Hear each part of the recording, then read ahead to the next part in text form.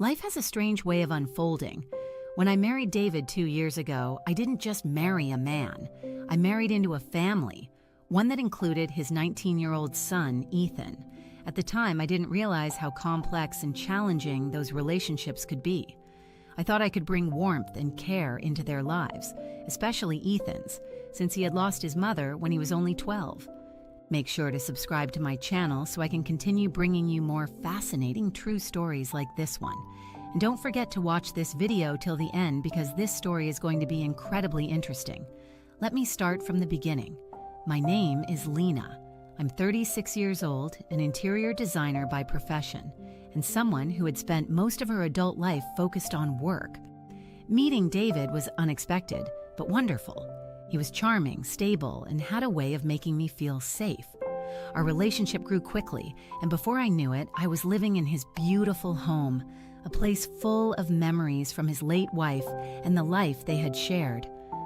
Then there was Ethan.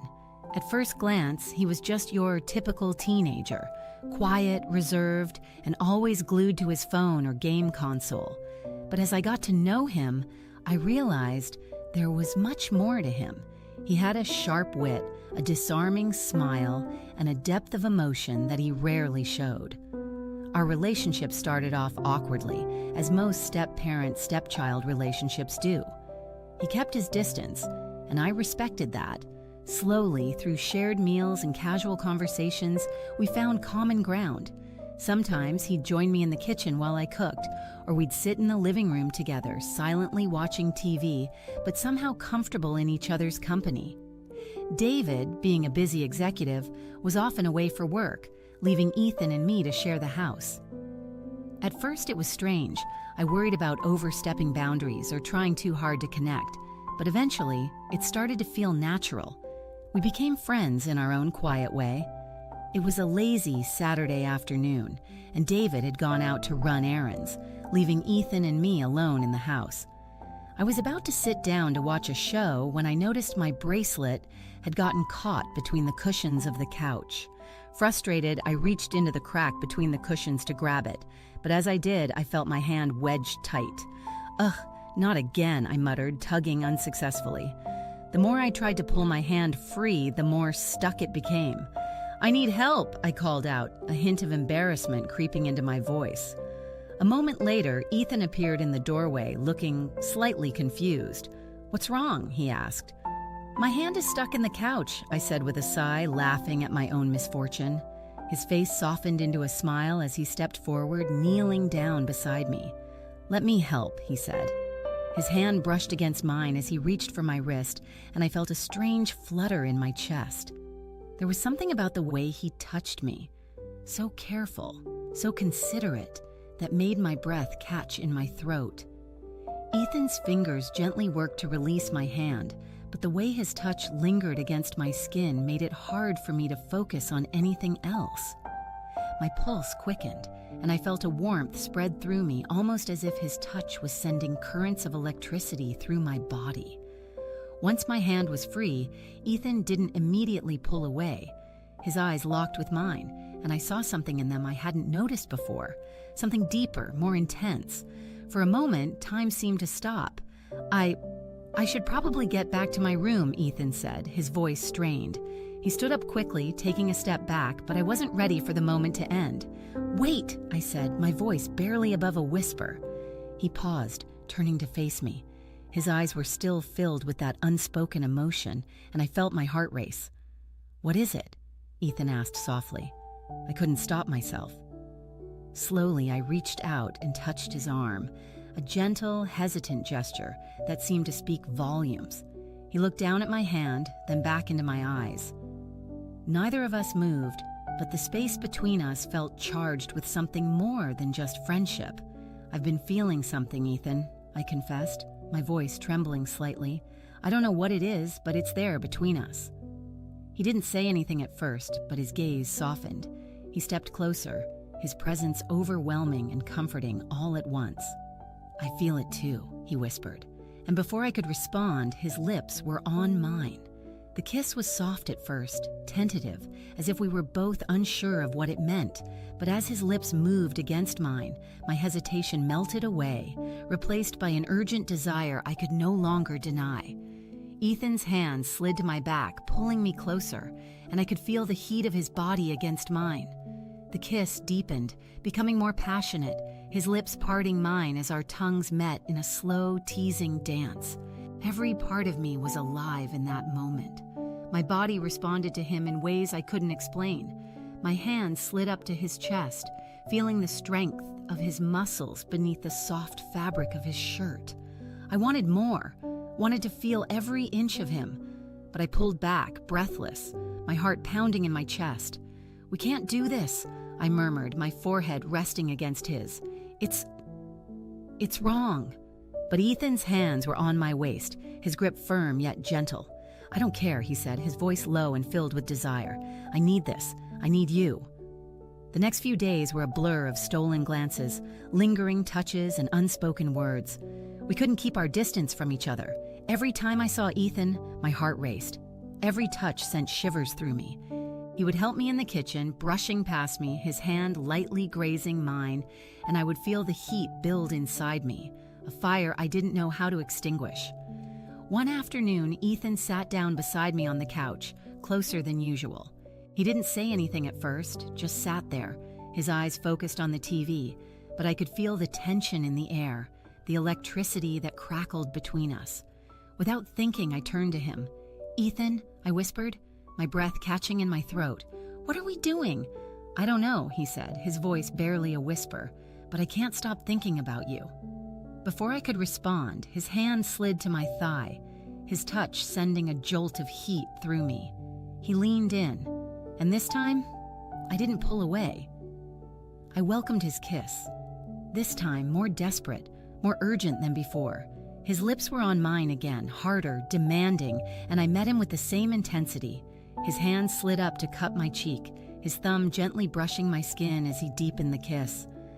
I felt his body pressed against mine, the hardness of his chest against my softness. I wanted him, needed him, and I couldn't deny it any longer.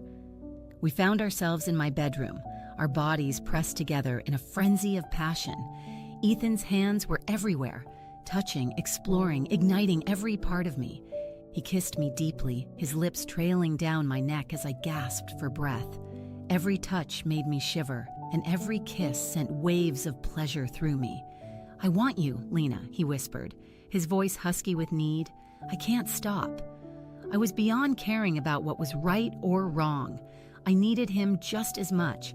Our bodies moved together in perfect harmony, each touch, each kiss, a confession of the desire we could no longer suppress.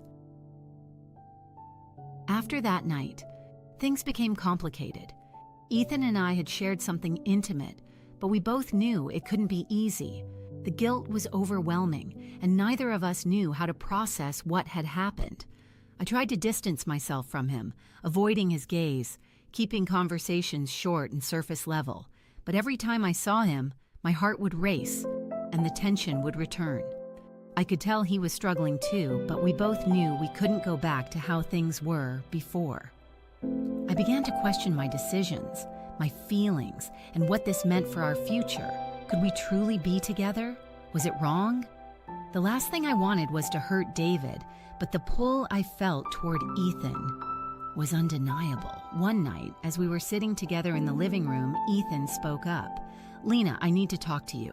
I turned to him, my chest tight with nerves. "What's going on?" "I can't keep pretending anymore," he said quietly. "I feel something for you, something real, and I don't know what to do about it." I nodded slowly, my heart hammering in my chest.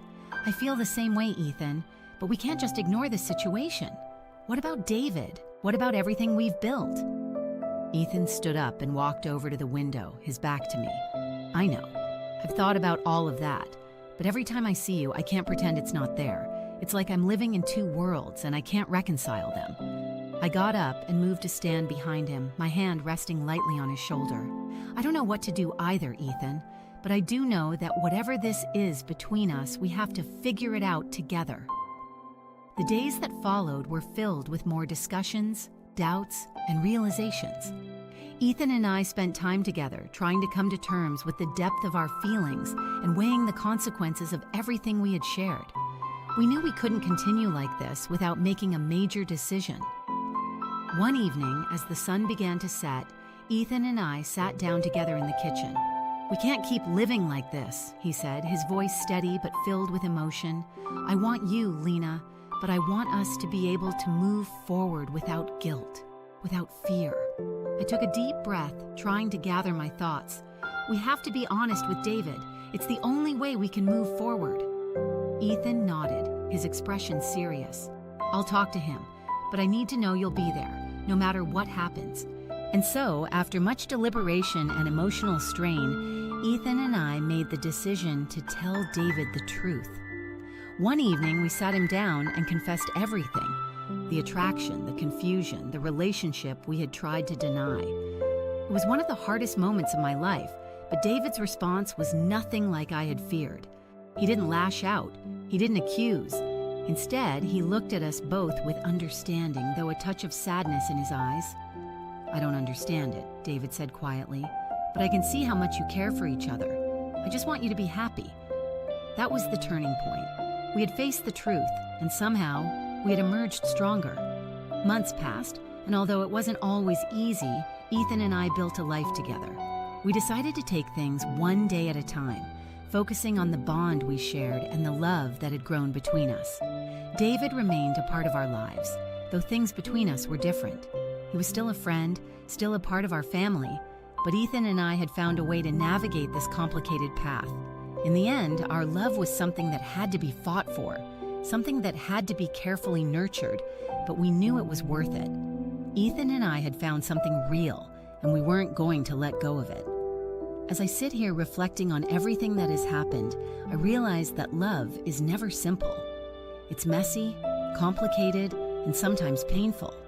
But when you find the right person, when the connection is undeniable, it's worth everything you've been through to get there. Ethan and I have made peace with the past, and together we're building a future. And for that, I'll always be grateful.